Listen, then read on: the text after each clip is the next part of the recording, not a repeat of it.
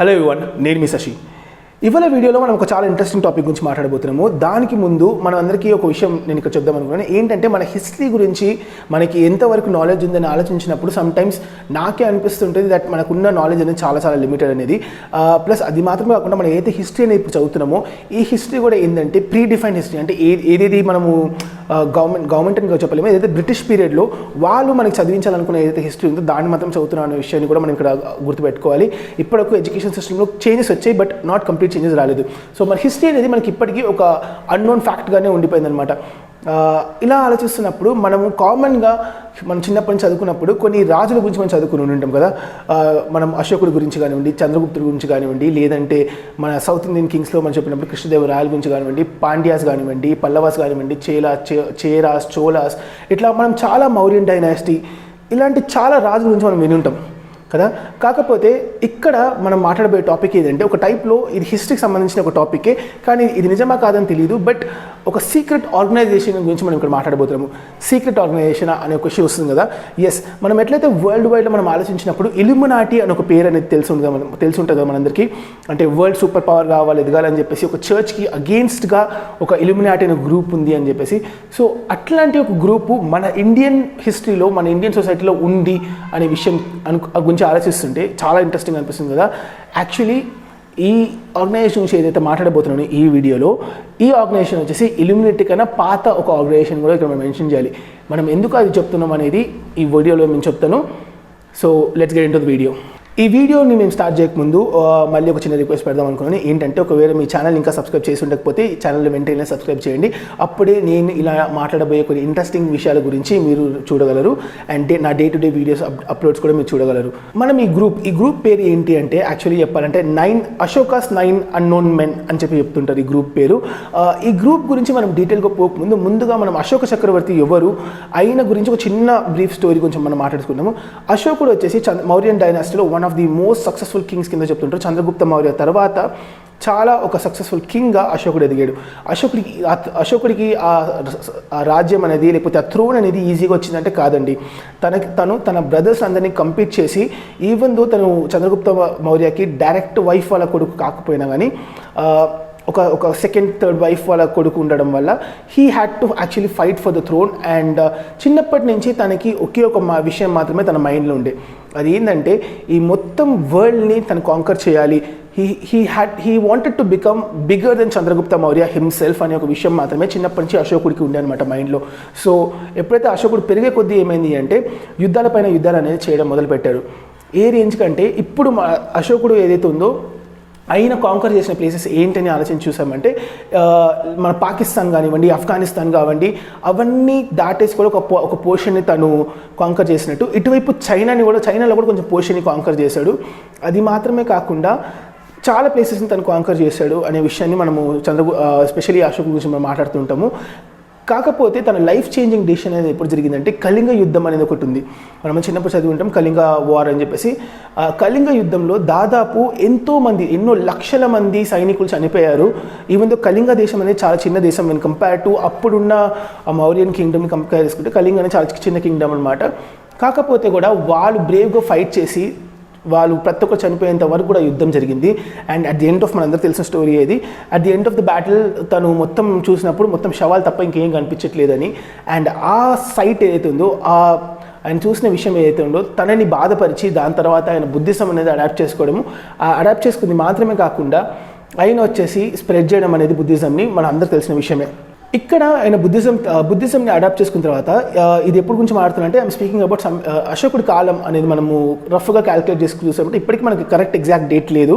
ఎందుకంటే ఇప్పటివరకు అశోకుడి గురించి ఇంకో ఇంట్రెస్టింగ్ విషయం ఏంటంటే మనం వేరే చక్రవర్తుల గురించి కానివ్వండి, వేరే రాజుల గురించి కానివ్వండి మనం మాట్లాడుతున్నప్పుడు యూజువలీ ఒక ఫోటోనో లేక ఒక పిక్చరో లేదంటే కాయిన్స్ పైన ఉన్న ఒక చిన్న మార్కో లేకపోతే ఇలాంటివి ఏదో ఒకటి ఉంటుంది కదా. కానీ అశోకుడి గురించి మాత్రం మనం చూసుకున్నామంటే ఎక్కడ కూడా ఎటువంటి ఒక ఇమేజెస్ కానివ్వండి, లేదంటే ఒక స్కల్ప్చర్స్ కానివ్వండి, ఆర్ ఎల్స్ శిలా విగ్రహాలు కానివ్వండి, ఇట్లాంటివి ఎప్పుడు దొరకదు. Even though he's one of the greatest kings in the history of Indian civilisation. అశోకుడు ఎలా ఉంటాడని చెప్పేసి ఇప్పటివరకు హిస్టారికల్గా ఎటువంటి ఎవిడెన్స్ లేదు. మనం ఏదైతే వింటుంటామో అశోకుడు గురించి ఆర్ ఎల్స్ నోటింగ్స్ కూడా లేదనమాట. అశోకుడు ఏ హైట్ ఉండేవాడు, ఏ కలర్ ఉండేవాడు అనే విషయం కూడా మనకి బేసిక్గా ఎక్కడ కూడా హిస్టరీలో మనకి లేదు. ఇది యాక్చువల్లీ నాకు చాలా ఇంట్రెస్టింగ్ అనిపించి అది కూడా నేను చెప్పేద్దాం అనుకున్నాను. సో ఇప్పుడు మనం మళ్ళీ బ్యాక్ వద్దాం. ఇప్పుడు ఏంటంటే అశోకుడు బుద్ధిజంని అడాప్ట్ చేసుకున్న తర్వాత బుద్ధిజంలో ఫాలో అయ్యే one of the major things ఏంటంటే రీఇన్కార్నేషన్ అంటే పునర్జన్మ అనే ఒక విషయం. ఎలాగైతే హిందూయిజంలో మనం నెక్స్ట్ జన్మ అనే విషయం గురించి మనం మాట్లాడుతుంటామో, సిమిలర్గా బుద్ధిజంలో కానివ్వండి, జైనిజంలో కానివ్వండి, రీఇన్కార్నేషన్ ఆర్ ఎల్స్ నెక్స్ట్ జన్మ అనే విషయం గురించి వాళ్ళు చెప్తుంటారు. ఇక్కడ నేను ఈ విషయం గురించి ఎందుకు మాట్లాడుతున్నా, రీఇన్కార్నేషన్ గురించి సడన్గా ఎందుకు చెప్తున్నావురా, నువ్వు అశోక్ గురించి మాట్లాడుతున్నావు, మళ్ళీ సడన్గా రీఇన్కార్నేషన్ గురించి మాట్లాడుతున్నావు అని చెప్తున్నావు కదా. యాక్చువల్లీ దీని అన్నిటికీ ఒక కనెక్షన్ ఉందండి. ఆ కనెక్షన్ ఏంటంటే బేసిక్గా అకార్డింగ్ టు బుద్ధిజం అనమాట. బుద్ధుడు వచ్చేసి అశోకుడి కన్నా 200-300 years ముందు తను ఉన్న పర్సన్ అనమాట, గౌతమ బుద్ధ. సో బుద్ధ వచ్చేసి బుద్ధుడు ఎవరైతే ఉన్నారో ఆయన ఎప్పుడైతే ఆయన ఈ లోకాన్ని వదిలేసి వెళ్ళిపోతున్నాడు అంటే when he is leaving the mortal body కదా, ఆ టైంలో ఆయన చెప్పిన విషయం ఏంటంటే నేను మళ్ళీ 2500 years తర్వాత, అంటే దాదాపు మనం ఇప్పుడు ఏదైతే పీరియడ్లో ఉన్నామో ఈ పీరియడ్లో మళ్ళీ బుద్ధుడు వచ్చేసి మళ్ళీ పుడతాడు, జన్మిస్తాడు అనే ఒక విషయం గురించి ఆయన చెప్పారనమాట. సో ఆ టైంలో ఎప్పుడైతే అశోకుడు వచ్చేసి బుద్ధిజంని ఫాలో అవ్వడం మొదలుపెట్టాడో he also started believing the fact that బుద్ధుడు మళ్ళీ తిరిగి పుడతాడు. సో బుద్ధుడు పుట్టినప్పుడు తనకు సపోర్ట్ ఉండాలి అనే ఒక విషయం కోసమే ఈ 9 unknown men అనే వాళ్ళని తను అపాయింట్ చేస్తున్నట్టు. సో ఈ 9 unknown men అంటున్నావు కదా, అసలు వాళ్ళు ఎవరు, వాళ్ళు ఏం చేస్తారు అనే విషయం ఏంటంటే ఇక్కడనే ఇంట్రెస్టింగ్ ఫ్యాక్ట్ ఉందన్నమాట. నేను మీకు ముందే చెప్పాను కదండి, మన హిస్టరీ గురించి మనకున్న నాలెడ్జ్ చాలా చాలా తక్కువ అని చెప్పేసి. లిటరలీ మనకి ఎవిడెన్స్ కింద చూపించాలంటే మనకి ఎన్నో టెంపుల్స్ కానివ్వండి, ఎన్నో స్ట్రక్చర్స్ కానివ్వండి, ఇప్పటికీ సైంటిఫికల్గా ఒక ఆన్సర్ ఇవ్వలేని టైప్ ఆఫ్ టెక్నాలజీస్తో బిల్డ్ చేశారు అనే విషయం మనం అందరూ గుర్తుపెట్టుకోవాల్సింది. ఫర్ ఎగ్జాంపుల్ సింపుల్గా చెప్పాలంటే మనకి కైలాస టెంపుల్ అనేది మనకి ఉందన్నమాట, గూగుల్ చేసి చూడండి. సో ఇది వచ్చేసి ఒక రాక్ని, ఒక కొండని టాప్ నుంచి నార్మల్గా మనం ఒక కన్స్ట్రక్షన్ చేసేటప్పుడు ఎలా చేస్తాము, బేస్మెంట్ నుంచి మన కింద నుంచి మనం కట్టడం మొదలు పెడతాం కదా. కాకపోతే ఈ టెంపుల్ ఎలా కట్టారంటే, ఈ కైలాస టెంపుల్ అనేది టాప్ నుంచి ఒక కొండని దాన్ని చిజిల్ చేస్తూ కంప్లీట్గా దాన్ని గుడి కింద మార్చారు.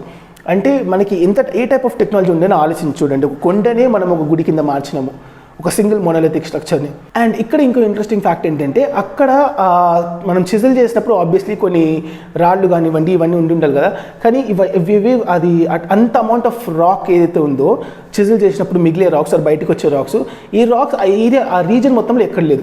సో ఆ రాక్స్ని ఏం చేశారనే విషయం కూడా ఇప్పటికీ ఒక అన్నోన్ విషయంగానే ఉందన్నమాట. ఇవన్నీ నేను ఎందుకు చెప్తున్నా అంటే ఒక simple example to say that మనం మన టెక్నాలజీ గురించి చాలా చాలా తక్కువ అంచనా వేస్తున్నాం అనే విషయాన్ని మీకు చెప్పడానికి ఇది ఒక చిన్న ఎగ్జాంపుల్ కింద తీసుకుంటాను. సో సిమిలర్లీ ఎప్పుడైతే మనం అశోకుడు గురించి మాట్లాడతామో అశోకుడు పీరియడ్లో మనం చాలా విషయాలు మనకు తెలిసి ఉండకపోవచ్చు, తెలియకుండా పోవచ్చు. నేను ఫర్ ఎగ్జాంపుల్ కింద చెప్పాను కదా, అశోకుడు ఎలా ఉంటాడనే విషయం నాకు ఇప్పటికీ తెలియదు, కానీ ఆ టైంలో ఎటువంటి టెక్నాలజీ ఉండే విషయం అనేది మనకి ఇప్పటికీ తెలియదు. సో మనం ఇంకో విషయం కూడా మనం వింటుంటాం ఏంటంటే విమాన అనే ఒక విషయం గురించి మనం వింటుంటాం. అంటే ఏరోప్లేన్స్ అనేది ఇప్పుడు రీసెంట్గా వచ్చింది, కాకపోతే మన పురాణాల్లో కానివ్వండి, లేకపోతే రామాయణంలో కానివ్వండి, మహాభారతాల్లో కానివ్వండి విమాన గురించి చాలా రెఫరెన్సెస్ ఉన్నాయి. విమానం అంటే ఆ టైంలో ఒక spacecraft or aircraft అనుకోవచ్చు మనము. సో అలాంటి ఒక విషయాల గురించి మనం ఆ టైంలో మాట్లాడాము. అంటే when the western civilisation didn't even think about something like an aeroplane or something like that. 18th century ఆ టైం వరకు వాళ్ళు ఆలోచించిన టైంలోనే మనం వచ్చేసి విమాన గురించి రాసేసి విమాన గురించి మనకి స్పెసిఫిక్గా బుక్స్ కూడా ఉన్నాయి అనేది తెలుసు. దీని గురించి సెపరేట్గా ఒక వీడియోలు మాట్లాడుతాను. కాకపోతే ఇప్పుడు ఫర్ ఎగ్జాంపుల్ చెప్తున్నాను, మనకున్న టెక్నాలజీ గురించి మనకే ఐడియా లేదు అనే విషయాన్ని ఇక్కడ పోర్ట్రే చేద్దాం అనుకున్నాను. సో అశోకుడు బేసిక్గా ఏం చేశాడంటే ఇక్కడ 9 మందిని అప్పుడున్న టెక్నాలజీ ఆర్ సైన్సెస్ అని చెప్పొచ్చు, ఆర్ అప్పుడున్న ఒక ఏదైతే అడ్వాన్స్ టెక్నాలజీస్ ఉండేనో అప్పుడున్న అడ్వాన్స్ టెక్నాలజీస్ ఉండని చెప్పడానికి ఒక రెఫరెన్స్ కింద చెప్తున్నాను. అడ్వాన్స్ టెక్నాలజీస్ని 9 టైప్స్గా 9 books కింద మార్చేసి ఆ 9 booksని 9 peopleకి హ్యాండ్ ఓవర్ చేశారంట.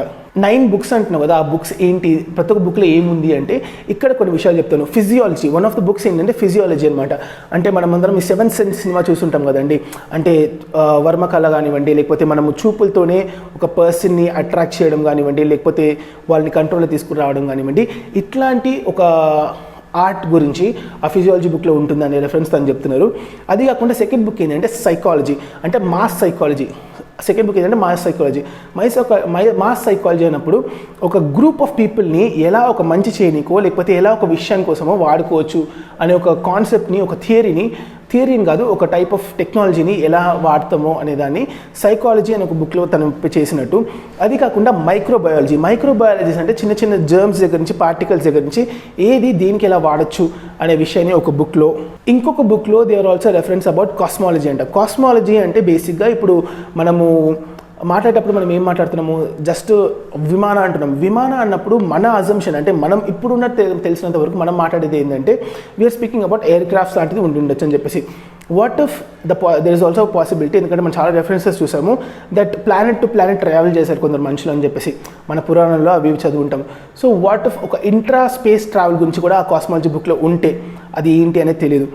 దీని తర్వాత ఇంకొక విషయం ఏం జరిగింది అంటే ఇంకొక బుక్లో ఏముంది అని చూసుకున్నప్పుడు ఇక్కడ మళ్ళీ నాకు ఇంట్రెస్టింగ్ విషయం అనిపించింది. ఏంటంటే టైం ట్రావెల్ గురించిన ఒక బుక్ కూడా ఉంది. ఆ 9 బుక్లో టైం ట్రావెల్ అంటే టైంలో పాస్ట్కి వెళ్ళడం కానివ్వండి, ముందుకి ఫ్యూచర్కి వెళ్ళడం కానివ్వండి, ఇలాంటి ఒక టెక్నాలజీ కూడా వాళ్ళ దగ్గర ఉంది అనే విషయంలో చెప్తున్నారు. అండ్ ఇంకొక బుక్ వచ్చేసి చాలా ఇంట్రెస్టింగ్ అనిపించిన విషయం ఏంటంటే మళ్ళీ చెప్తున్నాను, ఈ బుక్ వచ్చేసి ఏంటంటే ఆల్కెమీ అంటారు. ఆల్కెమీ అన్నప్పుడు బేసిక్గా ఎట్లా చెప్పాలంటే ఎటువంటి ఒక పదార్థానైనా కానీ గోల్డ్ కింద మార్చేటట్టు, అంటే ఆటమ్ స్ట్రక్చర్ని మార్చడం వల్ల దాని త్రూ ఒక పార్టికల్ని గోల్డ్ కింద మార్చడానికి. ఇది నేను ఎందుకు చెప్తున్నా అంటే నమ్మచ్చా నమ్మలేమనేది మీ ఇష్టం. కాకపోతే ఎందుకు చెప్తున్నా అంటే మనం ఆలోచన చూస్తే ఇండియా మొత్తంలో మనకు ఉండేది 2 గోల్డ్ మైన్స్, కానీ వరల్డ్లో ఉండే గోల్డ్లో మన దగ్గర ఉండే గోల్డే చాలా ఎక్కువ అనమాట. అంటే మన గుడిలో ఒక గుడికి వెళ్ళామంటే ఎంత గోల్డ్ ఉందని చూడండి, లేకపోతే మన ఇళ్లలో కానివ్వండి మనం. అండ్ ఈ గోల్డ్ ఇప్పుడు ఏదైతే ఉందో దీనికన్నా ఎక్కువ గోల్డ్ మన దగ్గర ఉండే, ఎందుకంటే బేసిక్గా ఈ బ్రిటిష్ ఇన్వేషన్స్ కానివ్వండి, మొఘల్ ఇన్వేషన్స్ కానివ్వండి, ఇవన్నీ వచ్చిన టైంలో చాలా మట్టుకు మన దగ్గర ఉన్న ట్రెజర్స్ అనేవి వేరే వేరే దేశాలకు వెళ్ళిపోయి. బట్ స్టిల్ ఇప్పటికి కూడా మనం గోల్డ్లో అంత గోల్డ్ రిజర్వ్స్ ఉన్నాయి మన దగ్గర. జస్ట్ 2 గోల్డ్ మైన్స్ నుంచి ఇంత గోల్డ్ రిజర్వ్ రావడం అనేది ఎంతవరకు జరిగిందనేది తెలియదు. సో మేబీ దీంతో మన రిలేషన్ ఉందా అని ఒక టాపిక్ కూడా మనం ఆలోచించవచ్చు. సో బేసిక్గా ఆల్కెమీ అనమాట, it's kind of a study that is use to make any particle into gold or ఏదైనా పార్టికల్స్ని మార్చడానికి ఆటమిక్ స్ట్రక్చర్ లెవెల్లో.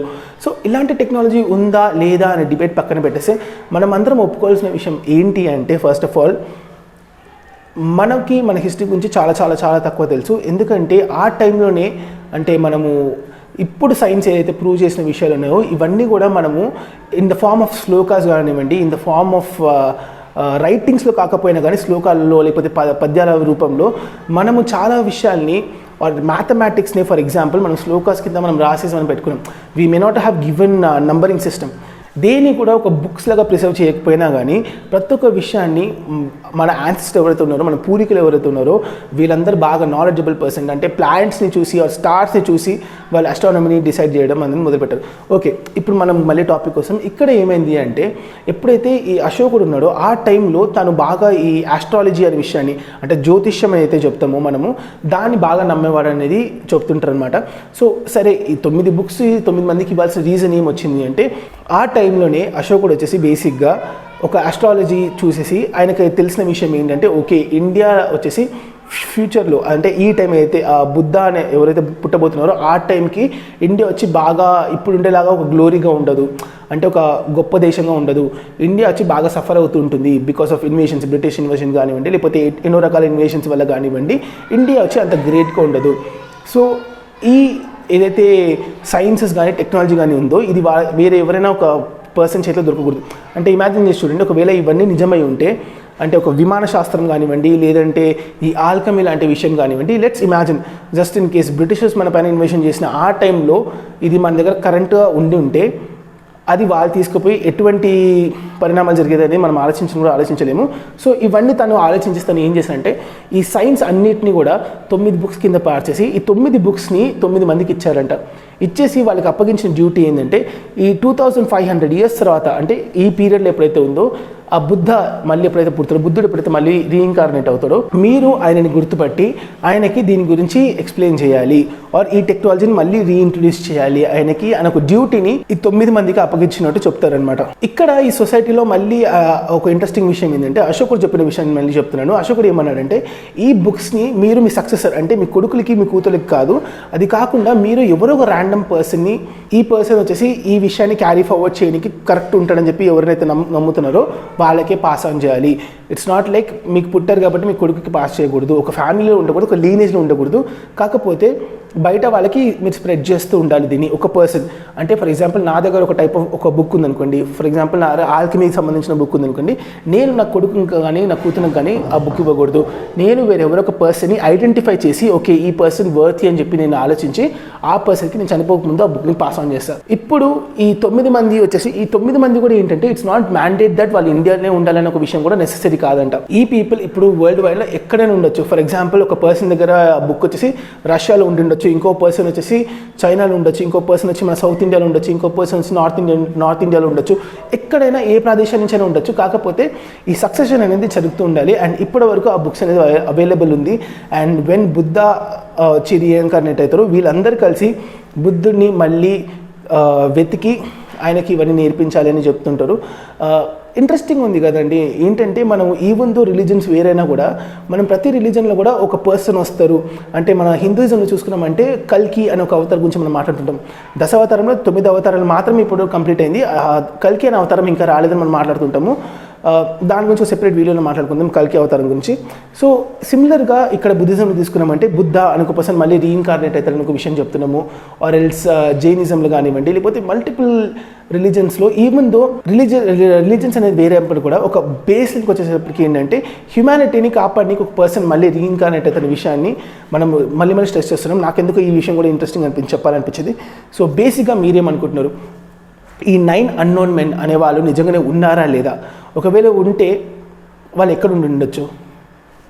దీన్ని మీరు మీ కమెంట్ సెక్షన్లో లీవ్ చేయండి. అండ్ మళ్ళీ రేపు మీ అందరిని ఇంకో వీడియోలో కలుసుకుంటాను. అంతవరకు stay home, stay safe, take care. Cheers.